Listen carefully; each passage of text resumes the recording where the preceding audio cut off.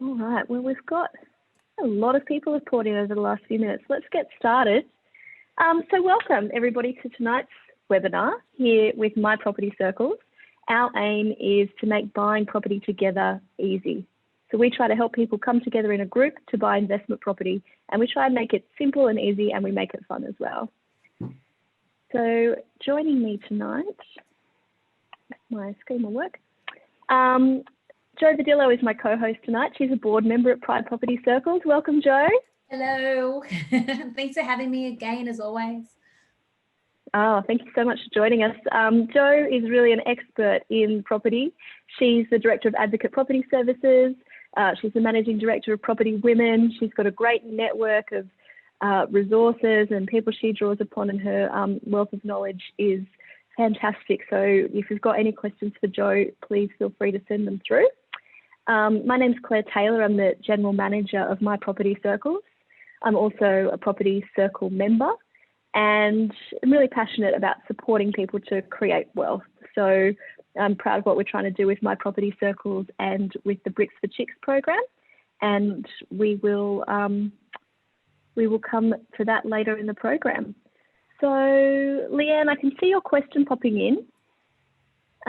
If we might come to that a little bit later on in the Q&A, we'll get on to Richie's for now, and then I'll come back to you because we're going to go to Q&A soon. So our special guest for tonight is Richie Muir. Richie's the legal director of LawLab. Welcome, Richie. Thanks, Claire. Thanks for having me tonight. You're very welcome. And LawLab is a proud partner of My Property Circles. Richie himself, highly experienced in property law, and here to answer all of your questions about conveyancing, about technology, and about how we can make property buying simple, where actually it's often treated as something that's really hard and really difficult to do. But Richie's aim in life is to try and make it as simple and easy as possible. Richie, do you want to start by telling us a little bit about LawLab and what you guys do? And then we've got some questions and we'll get straight into it. Sure, yeah. LawLab is a national law firm who specialise in property conveyancing. It was started as a rural firm in the late 1800s, and taken over by the current directors in the early 2000s. And I guess as a rural and regional firm, they realised that they wanted to broaden their horizons and get clients elsewhere in the country. So the solution was using technology. And so since 2014, we've expanded the firm and are now one of the largest national conveyancing firms. That's awesome. Brilliant. That's fantastic. And you're based in Brisbane, Richie? Yeah, so I'm in the Brisbane office, and we've got other offices around the country, Sydney, Melbourne, Darwin, and regional New South Wales. So whilst we have offices there, we still service the whole country. Fantastic. And as a buyer's agent, Claire, I've used LawLab for some years now for many clients across different states, and I can honestly say Richie's team are just, very hands-on, very reliable. And I know you're going to be sharing some of the tools and tactics that they use that makes the whole process so much more seamless. That's great. Yeah, thanks, Jo. Yeah. Thank you. Richie, I want to start with a question. We get lots of questions all the time about the property buying process in general and how we can help with Property Circles when people are buying investment properties with us. But what does a conveyancer actually do? So your team of lawyers and solicitors, conveyancers who are working together, what role do they actually play? It can seem like a bit of a dark art. You're buying a property and you send someone an email and you get back 50 forms to sign, and they're, magic them around, and then all of a sudden you've bought a property. So what does a conveyancer do, and how can I pick the right one for my situation beyond just Googling, conveyancernearme.com and seeing who comes up? Yeah, great question, Claire. We get that a lot. A lot of clients, when they buy a property, don't realise that they need to go through this conveyancing journey. It's not a very sexy journey. When buying the house is the interesting part, but unfortunately there is a process to go through between buying a house and then calling it your own at settlement. So conveyancing in its simplest form is really transferring the legal title from one person to another. But that process has been developed over the last few hundred years, and there are, very sort of complex laws surrounding it. You've got, different legislation that varies between states. You've got the different contracts in all the states, and there's also the common law as well. So it is actually a fairly complex process. And you need someone who's experienced and focuses solely on conveyancing. It does change very often as well. So to find the right conveyancer and lawyer, and I guess I could, I'll explain the difference maybe a bit later on that. But essentially, you want to find someone who is transparent with their fees, who knows the process so that they understand that jurisdiction. In Australia, there are obviously 8 different conveyancing laws and processes in each of the states and territories. So you need someone who's got experience in those. And if you don't, you can run into big problems, and it can be very costly as well. Yeah, absolutely. And I guess, Claire, to that question, like how can I pick the right one for my situation? I, as a buyer's agent, have encountered a lot of, and Richie, you probably know this, there's different fields of law, and I've had people go, oh, well, so-and-so handled my divorce, so they'll just do my property transaction. And it's not very easy from my end when they're not, that's not their area of expertise. That's not the sort of the law that they generally work with. So I've actually had some complexities with dealing with law firms where the property transaction just is not their day-to-day. That's right, yeah. And because they don't keep up with it, they often miss things. So, for example, us at LawLab, we've done over 40,000 transactions since we went national, 6 years ago. We've experienced all kinds of transactions, we get to see the warts and all and how to deal with things. Yeah, that's extraordinary. 40,000, and I mean that's great for something like a property circle, because a lot of our circles will aim to buy properties in different states to make sure they're exposed to different markets, and they're not sort of putting all their eggs in one basket. So if LawLab can match them with the right expert who really understands the property law in each state, then that's a big bonus for our customers as well. Yeah, I mean to add to that, it's important that not just choosing an experienced conveyancer or conveyancing lawyer, but someone who's going to make the journey easy for you as well. They do say that when you're buying a property in the conveyancing process, one of the most stressful times in your life. So you don't want added unnecessary stress in that process. You want to make it as easy as possible. Yeah. And there's easy ways to find out if someone's good as well. There's Facebook reviews and trusted online reviews. You can really check out if someone's as good as what they say they are. Yeah, yeah. That's such a great tip. That's really good. Leanne, I've seen your questions pop in about property circles, and we're going to come to that shortly. We'll be there in about 10, 15 minutes, so I will come back to you. Keep going with Richie. I think this is a question we were talking about in the office when we were talking about this webinar yesterday. I bet you see the same mistakes pop up over and over again. What's a common mistake that people make when they're buying a property, and how, what's a simple way that you could avoid some of those mistakes?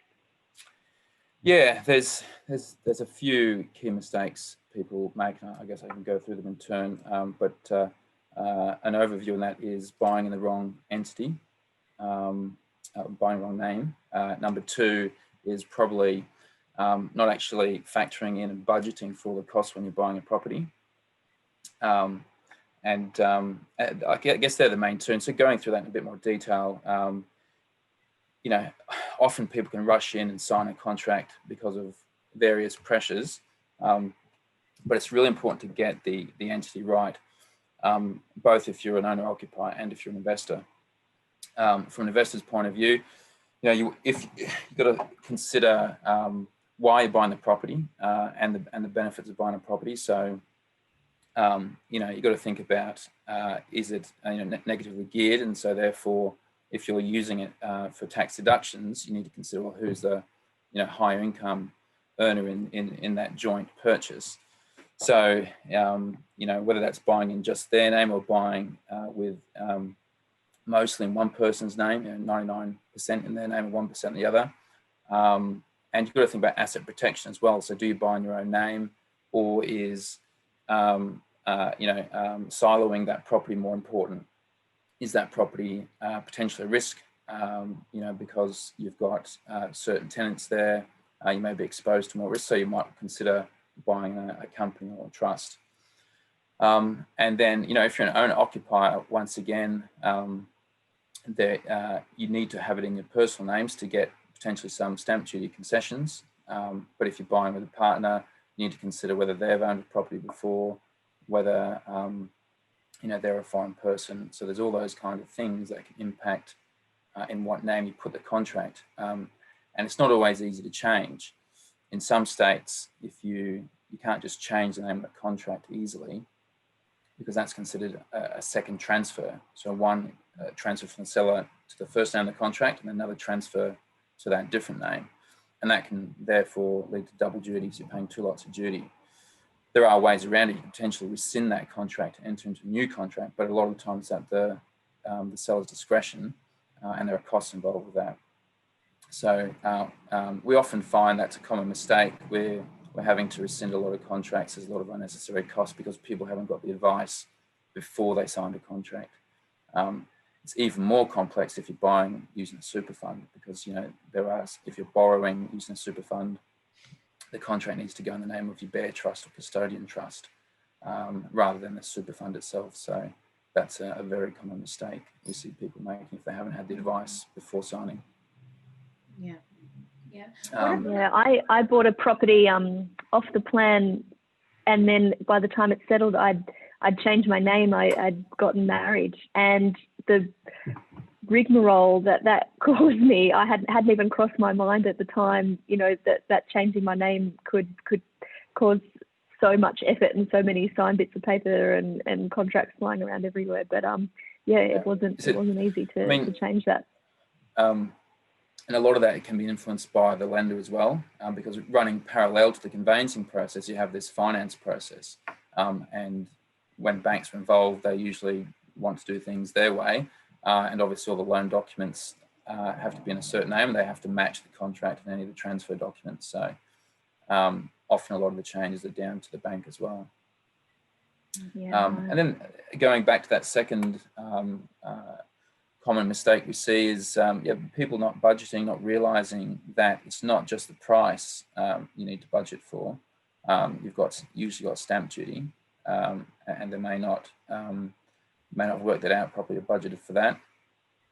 You've also got registration fees, and in some states, those registration fees for the registration of transfer, to the government charge, that is based on the price of the property. So obviously, the higher the price, the more registration fees you pay, and they can actually be several $1,000s. And this is separate to the stamp duty. Yeah. And then you've got legal fees, and you've got outgoings that are adjusted. So rates and water. If the seller's paid for rates and water, for 3 months in advance, in some councils, a year in advance, you're going to have to repay a pro rata amount to the seller at settlement. So you really need to have a few $1,000s buffer just for those situations where that happens.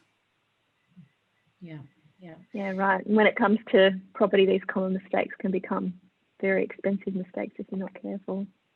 Yeah. I guess this is the next lead-on question as well. Sorry, Richie, keep going. I was going to throw in there, a couple of the sort of obvious mistakes are, people signing unconditional contracts without a finance approval, or having not done a building and pest inspection report prior to exchange, or making the contract subject to that in some states where that's practice. Yeah, Jo, you must see this sort of stuff all the time as well as a buyer's agent.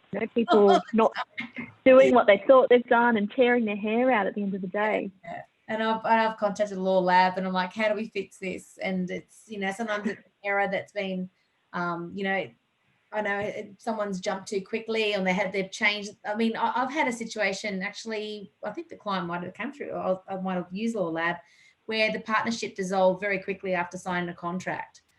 So we did, as Richie explained, where one contract was rescinded, but what we did was had the new contract just behind it, so that we'd remove one name from the contract, if that makes sense.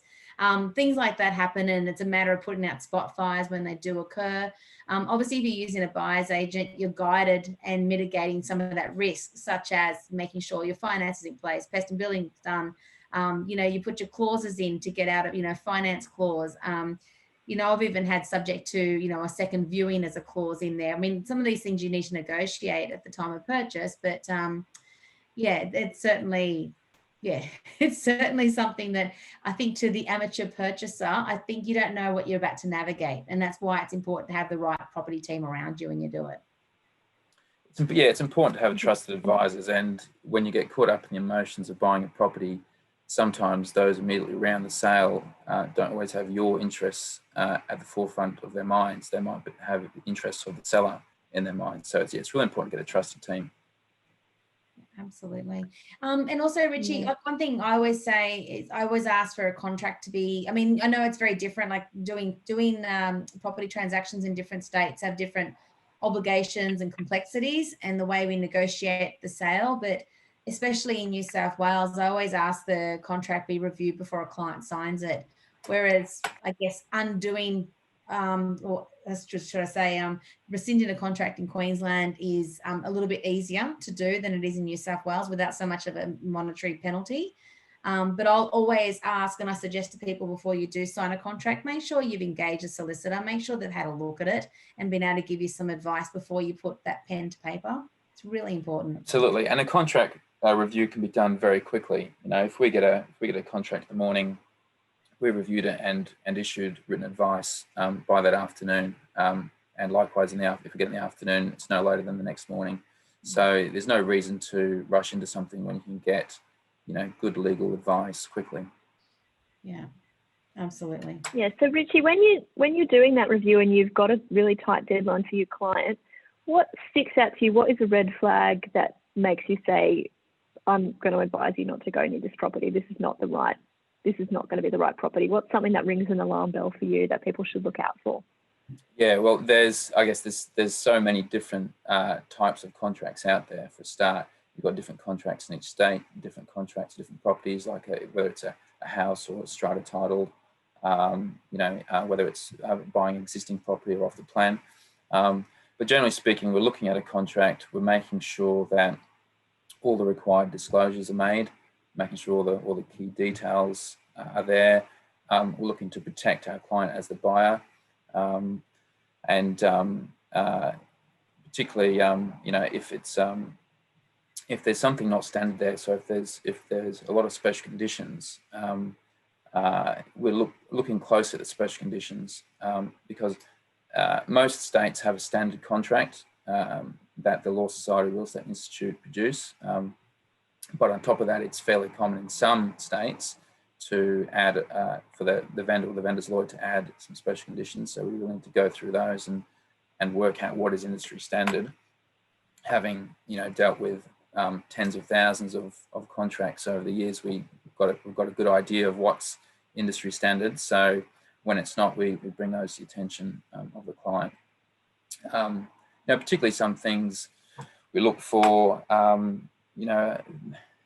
where special conditions might remove some of the standard clauses in a contract, where warranties aren't given where they should be, and particularly where the vendor is essentially saying you're buying the property as is.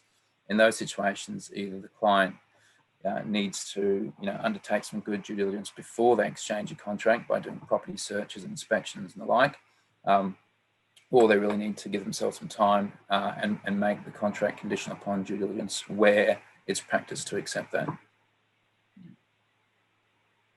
Yeah, it's great advice. And those things that you can pick up that, person who's buying a property maybe for the first or second time in their life just doesn't know what to look for. It doesn't know what's out of the ordinary. Absolutely. You often find that some clauses can be you know, there's obviously different ways of saying the same thing, right? But you know, some clauses might have strict time limits, so you have to, you know, do something by this time, and those clauses can be drafted where, okay, well, if you can't do it in that time, for example, getting finance or building inspection or due diligence, then essentially either party can terminate the contract, in which case usually you get your deposit back. But of course, some clauses can be drafted where they have a deeming provision. So you have to give notice by that time, failing which the contract automatically goes unconditional. So it's those kinds of things you need to look out for. And it's not necessarily just to change it, but you need to be aware of it when you're practicing, so that you're making sure that you're getting instructions well in advance of that time, so the clients can consider their position and give the notice in time. Because they don't want to be stuck, you know, locked into a contract where they can't actually complete it, or, you know, they've realised that they bought a lemon.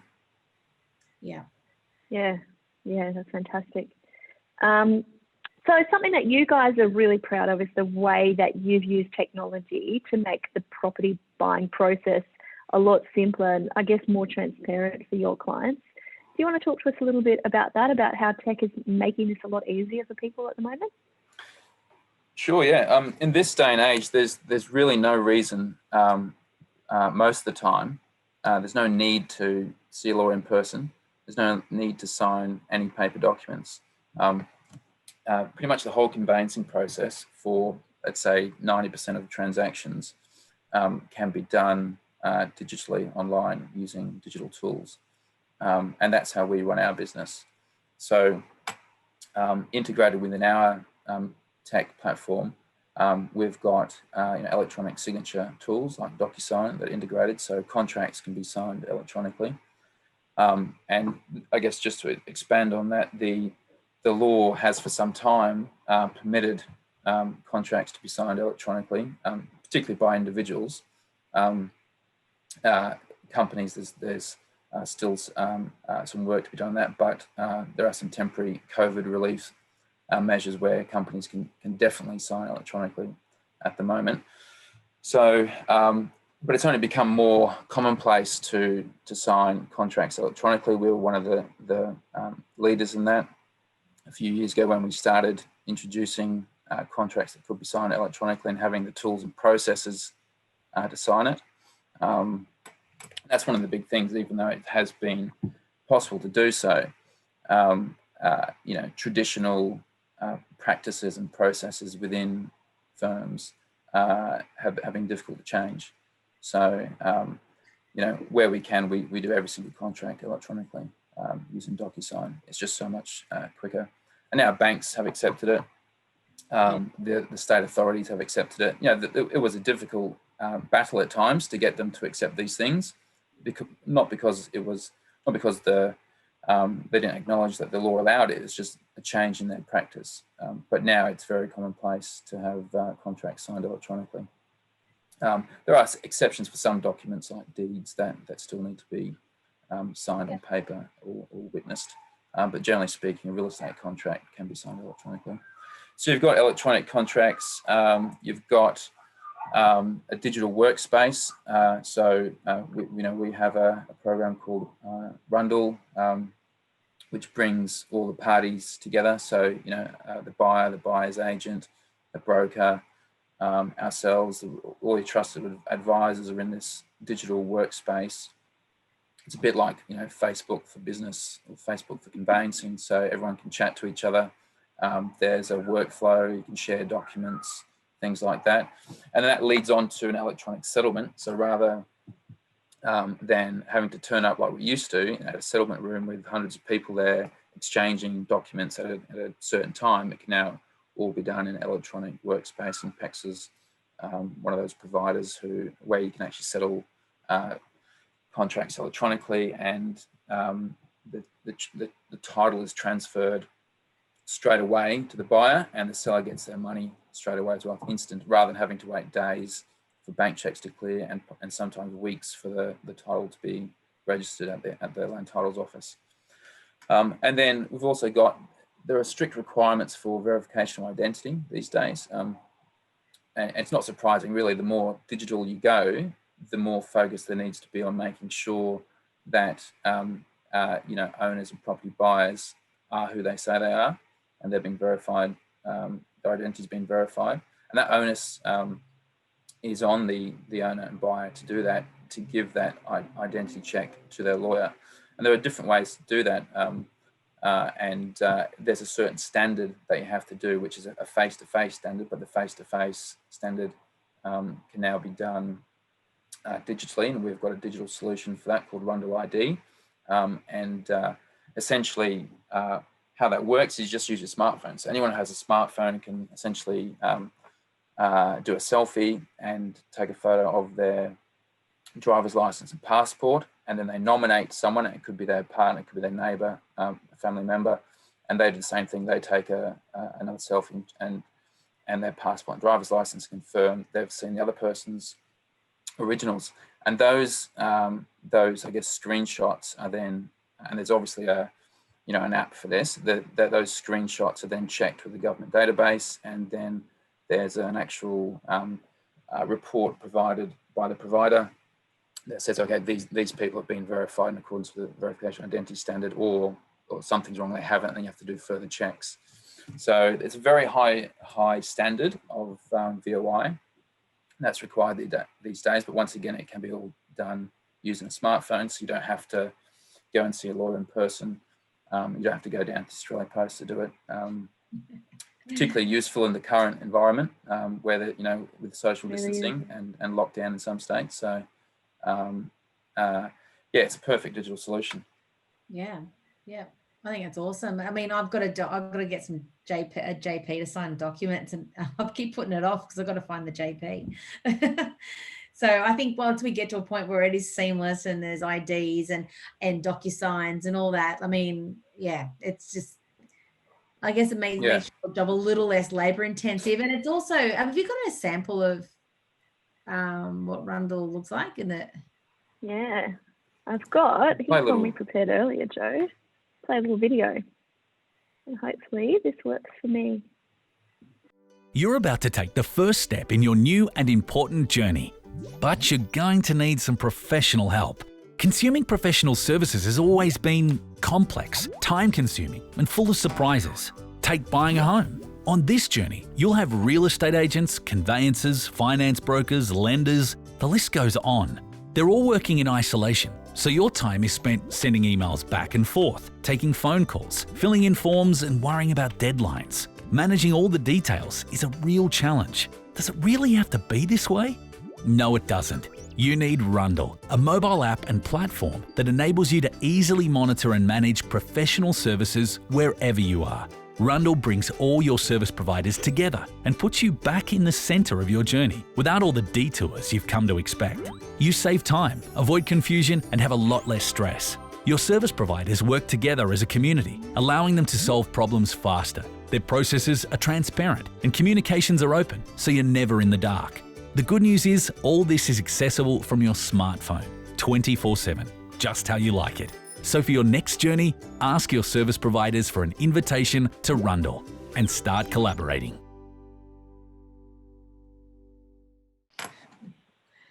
Oh, that's very cool, Richie. Question for you, Richie, that's popped up. With the Rundle ID, can you still go to a lawyer's office, or do you have to use a smartphone? If you really want to go to the lawyer's office, you can do. Rundle ID is there so they don't have to.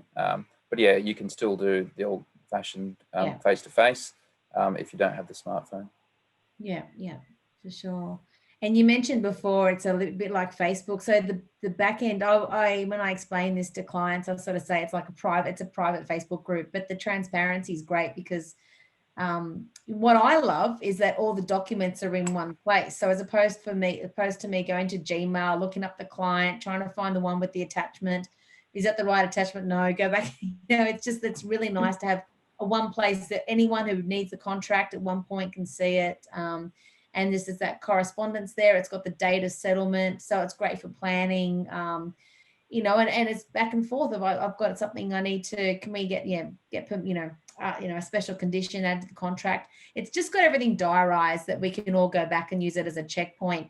But it's also, you're able to not make it visible to everybody. So if there is something private that a client wants to speak to LawLab about, they can exclude me from that correspondence and I don't see it. So that's really absolutely, yeah. I mean, Rundle is I guess it's the it's the core of our service is obviously legal advice and human beings providing that legal advice. But having Rundle there just makes the whole communication part of it a lot easier. Everyone's involved in the transaction, so you're not having random emails going everywhere and some people finding out and other people not finding out. And as he says, it's like an online filing system, really, and it's available there for essentially forever. So particularly property investors, who's often whose accountants will say, I need a copy of the contract or the settlement statement or invoice for for your tax. We can just give them access, or the client can jump in there and forward it on. So it's really handy. Yeah. Well, great. Thanks, Richie. Now, I'm sure people have got some burning and tricky questions for you here. I wanted to quickly jump, while you're thinking of your questions, please send them in. I wanted to jump to the next slide. It's going to play the video again. You're about to take the first step in your new and this is important me journey. being really tech. Great, there we go. So we're so happy to be associated with LawLab and what you're trying to do at My Property Circles, because I think our values really align. You're trying to make buying property and buying investment property simple and easy, and that's what we're trying to do at Property Circles. And what we're also trying to do is make it more affordable as well. So how we do that is, if you don't have enough money to invest in property at the moment because you don't have that huge 20% deposit plus the stamp duty plus the legal fees, what you can do is you can come together with others, and they could be a group of family and friends, or we can match you with people who are like-minded people who want to invest in a similar sort of property. And also we're there to wrap around you. So we provide you with partners like Richie and his team, as well as Jo as our buyer's agent, mortgage brokers, bookkeepers, accountants, and we wrap those people around you to help you to buy property. So Leanne, I won't keep you hanging any longer. Leanne has asked us a few questions at the beginning of the night about how Property Circles work. Do you get to know who else is in your property circle? So the answer is yes. Basically, you can be as involved as you'd like, or there's no legal obligation to be particularly involved. But when you join a property circle, you join a group of people who will have at least one, if not multiple, meetings every year to decide on the strategy for your property circle.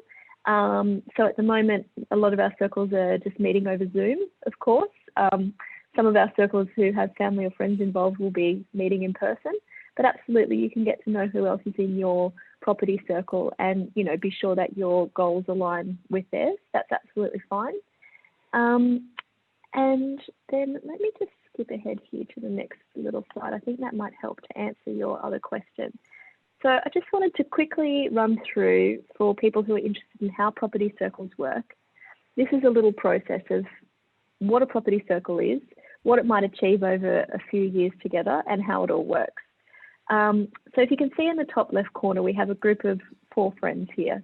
We have Kelly, Felicity, Colin, and Holly. And this is actually the story of the first property circle that came to be, that's still in operation to this day. So none of them had sufficient deposit to buy an investment property together, but they all really loved the idea of investing in property. And so they decided to come together and buy property together. Now, using My Property Circles, we set people up with a unit trust structure, and so they own a percentage that's relevant to the money that they've put in. So in this example here, Felicity and Colin have put in the most, so they own the biggest percentage of that circle, of that initial property. Kelly has put in slightly less, so she would own a smaller percentage that's relevant to her 20,000. And Holly is our first Bricks for Chicks member. Holly had $5,000 to put in, which through the Bricks for Chicks program, we can help to match to make that up to $10,000. So if you're a woman who's looking for a little bit of extra deposit, you don't think you can get together that initial share of a property circle, talk to us about Bricks for Chicks as well, and we'll see what we can do for you there. And over the first 5 years together, the 4 of them have managed to actually buy well, they've actually got more properties than this now, but the aim might be to buy up to 4 properties in 5 years. You might want to buy 8 properties together over 10 years. Basically, as a group, you can set your mandate. After 5 years, you would reevaluate whether you want to sell the properties, whether you want to sell 1 or 2, or whether you would like to buy more.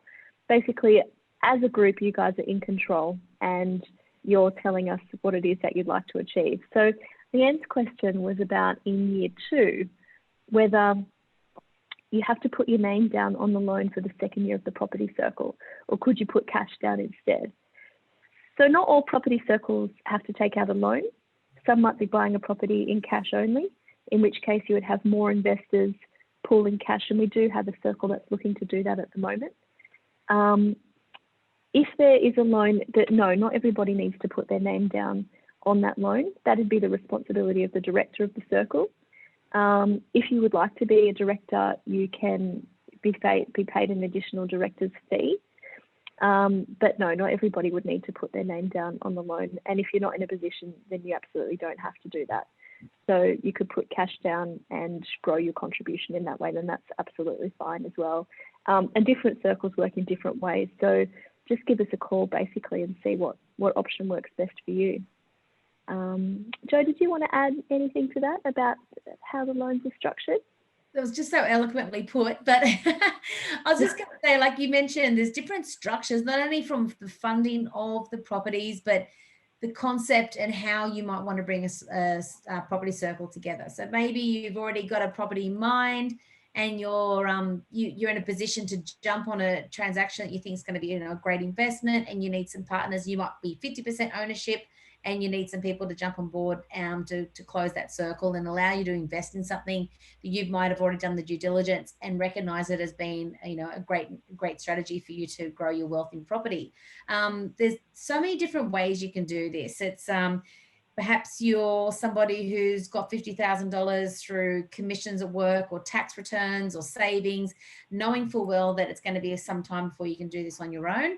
And if that's you, then you can come to Claire and find out through my Property Circles team what's on the table, what deals are there, what opportunities are there. I'd like to be able to put my money, maybe put it in 2 different properties or 2 different circles. So there's multitude of different ways it can be done. So, maybe it could be your own family home, and there's a scenario where, you want to be in a certain area, but your budget's not going to meet it, but you're going to be the best tenant possible to live in that house. So you're looking for people who are going to be able to jump on it and help you reach that mortgage, I guess the deposit, I should say, really to jump on board and get that mortgage in a certain area. So there's just so many different ways of looking at doing this. And I think if you're creative, if you love property, if wealth creation in this space is of interest to you, I recommend that you just give the office we'll reach out, contact us, and find out what might be the right fit for you and your particular, I guess, goal. And maybe it just is that you just want to maybe every year just own another 5% share of another house. It's not a bad formula for wealth. No, that's absolutely right. And Jo, it's a follow-up question to that one, which is for you really. Yeah. So if you're buying a property in a property circle, how do you decide where the second property might be bought? So Jo is the main buyer's agent that we use at My Property Circle. And she's here to advise the circle and to help you find the right properties. Basically, it's up to the circle members to decide and to vote, but Jo could be the one presenting you with the options to vote on. So Jo, would you like to run through what sort of properties you might be looking for our circle? If it's purely from an investment viewpoint, the strategy that I would take on board when working with investors would be major capital cities, major regional hubs, areas with plenty of infrastructure, high demand for tenancies, low vacancies. So you're always going to have a tenant in place. Making sure the infrastructure's there, that the pattern there is for growth. I even look at things like the birth rate of a certain area, because you do get some of these outer areas that do tend to sometimes shift towards more of a retiree environment, and you want to be where the schools are at and the chaos and all the rest, because that's what your tenants are looking for, and that's what's going to bring on the growth as well. So I look for sort of the properties that are come in within the budget of the circle, and generally we're finding 500 to 600,000 would be the base price for a freestanding house in most of the areas that we've been exploring. But it's got to be a house that produces, it's already getting, you know, a good rental yield. That's really important, because you don't want to be having a portfolio where you're constantly having to top up that mortgage as well. You want your portfolio to work for you as well. And when we go to the second year, as Claire just mentioned, as a circle, you can have a voting on vote where you might want to make that next property where you want that to be. So you could mitigate your risk, and you could look at doing something in Brisbane and then something in Melbourne. So there's plenty of different things, and you can vote on that. And again, if all the activity is driving towards a certain area, my recommendation at the time of buying a second property could be Newcastle in New South Wales, because that's where the growth is at. So it's a hard one to predict without knowing what circumstances surround that purchase time and window, really is probably my answer. Thanks, Jo. And Leanne, your question here, what am I liable for when joining a property circle? So at the beginning of a circle, what a circle will do is set a mandate. So they will say something like, our aim is to come together and we're going to buy 4 properties in 5 years. And we want them all to be properties worth $600,000 and under. And, you know, there's going to be a certain amount of us, and we're all going to put in $20,000 each a year. And that's what we're going to do. That's not a legal mandate. So that's something you guys might aim to do. But if your circumstances change from year to year and you can't put in that $20,000, or maybe you get a bit of a windfall and you want to put in more and own a greater percentage of the property or buy a more expensive property, then that's a decision you can make as you go along. But I guess in terms of buying a property, you have the same liabilities as anybody buying an investment property. So we do all of our due diligence in this. We have great people like Jo and Richie making sure that we're buying properties that are good investments. But if for some reason your house wasn't rented for a couple of months, then, you know, members would be asked if there's a shortfall of cash to put in money to make up that shortfall. So we try not to see situations like that. But I guess in terms of owning any investment property, then there are those potential liabilities or unexpected bills. But the real beauty of buying a property in a circle is that rather than bearing the sole burden of those costs, you know, if something happens on the roof and you have to have an emergency bill, you might be sharing those bills amongst 5 people or 10 people. And so hopefully nothing unexpected will come that's completely unaffordable, as it might if you own an investment property solely and wholly in your own name. So that is that. And, you know, if you want to go into any more detail in any of these questions, please, as Jo said, just send me an email or give us a call, and I'd absolutely love to talk through your personal situation. And it's bringing us almost to the end of tonight, but I'm sure that might be people with some more questions for Richie or some more questions for us. We've actually had another couple of people join us in the last 20 minutes or so. So please pop your questions in. And otherwise, what we'd like to invite you to do is to jump onto our website and think about joining a circle or starting your own circle. And absolutely the best way to get started with that is to just give me a call, send us an email. You know, everybody's circumstances are so different. So we can happy to talk through and hopefully make something work for you in your situation. And sorry, Claire, there is a question that's just popped up. Oh, the few, sorry. Richie, you're not off the hook yet. What's the difference between a conveyancer and a solicitor? Sure. Well, I should probably narrow it down to the difference between a conveyancer and a conveyancing lawyer, because not all lawyers can do conveyancing, as we mentioned before.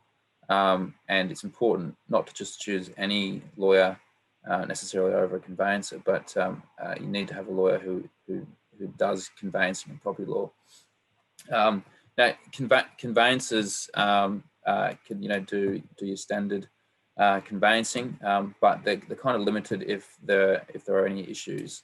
Whilst a lawyer, particularly a conveyancing lawyer, can usually sort out all the additional legal problems that may stem from that conveyancing. So the conveyancer may have to refer the client onto a lawyer to fix it, whilst the conveyancing lawyer can essentially do everything. Obviously, there's obviously certain requirements to become a lawyer that are different to a conveyancer. There's also, lawyers have a higher standard of, professional indemnity insurance. So, you are covered for that. There are some limitations with conveyancers. So, for example, if fraud was to happen by the conveyancer, clients may not be covered, whilst they would be covered with lawyers. So there are some insurance differences that are critical to making sure, you mitigate your risk. I often say choosing a conveyancing lawyer in your transaction is like taking out insurance. You might not think you need it, but it's those situations where things go wrong. That's when you really need a good conveyancing lawyer. Yeah. No, I'd completely agree with that. I notice sometimes when there's almost a false economy mindset with some people when they buy a $500,000 property, and then they're trying to haggle over how they can get the cheapest legal advice at the other end. And I'm like, I think you just got to put a bit more value on making sure the legalities are well covered as well. And the same goes for people trying to cut corners on getting, instead of doing a pest and building report, get their dad, who was a builder in the 70s, to go and have a look in the roof and things like that. So it's an interesting mindset when it comes to this, but I think it's really important, if there's one takeout from tonight's webinar, is the absolute value of having those contracts reviewed, having the right team around you, and just knowing that when you're in that property buying window, like, you can get the contract reviewed and put an offer in and miss out. But I mean, I'll tell you what, that's a much better scenario than signing a contract and finding you've messed up. That's a far more expensive day to undo as well. So, like, I've really, really enjoyed hearing your feedback tonight, Richie, on the market, in terms of, what your role is. And I know, as I've said, I've worked with LawLab for a long time, and huge advocate for your team. And I love Rundle. I just don't think people realize how user-friendly that is, and what they're probably missing out on when they don't have that service available. No, thanks, Jo. Yeah. Much appreciated. And, there's final thing on that, obviously everyone, as you mentioned, needs to consider costs in some respect, but, well, at least I can say for us, there's not a big difference in fees. We're very competitive. We usually say you can pay more, but you won't get any better service. And our fees are transparent. They're actually on our website, www.lawlab.com.au. You can actually, there's an instant quote tool. You don't have to put in any of your personal details. You just put in the property location, as in the state, the price, what property type it is, and you get an instant quote. So it's there for everyone to see without getting any of your personal details. And we've done plenty of market research, and we're very competitive with both conveyancers and conveyancing lawyers. Yeah, awesome. Thank you so much, Richie. Look, we really appreciate your time. It's been really, really interesting, and I know that all of our viewers who are watching this now, and also in the future when we have it up on our YouTube, will really appreciate your insights. I've just had a final question pop in. That's actually probably quite a nice way to wrap up as well. Asking about what's the next step. If you want to know what structure to use for your property circle, do you talk to LawLab? And our advice would probably be to talk first to your own financial advisor or to your own accountant. Find out if investing in a property circle is the right step or the right move for you. Talk to us, call us. And if you've got any family or friends who might want to join that property circle with you, then talk to them and get them involved as well. But definitely seek that financial advice. And then when the time comes to be talking to LawLab and to be, actually purchasing that property, we will put you in touch with Richie and his expert team as well. I've got more questions just before we're wrapping. Yeah, look, just one more popped in. I just privately answered it because it disappeared just as quick. But just when you're buying the entity, is that your accountant or the solicitor? And correct me if I'm wrong, Richie, but I just wrote back that the entity really is your accountant that will understand your numbers and that what you should be putting down. Absolutely, yeah. From a tax point of view, which is often the biggest focus, it's your accountant who needs to advise on that. Lawyers can advise to some extent, particularly on asset protection and risk, but when it comes to tax, definitely speak to your accountant. Yeah. Well, thank you, Richie. Thank you, Jo. I'll just leave our contact details up on the screen. So there's so many ways that you can contact us. If you leave us a message, I can give you a call. Happy to email info@mypropertycircles.com. You could send us a Facebook message. You could DM us on Instagram, or you can sign up through our website. You could contact us through Jo or through Richie.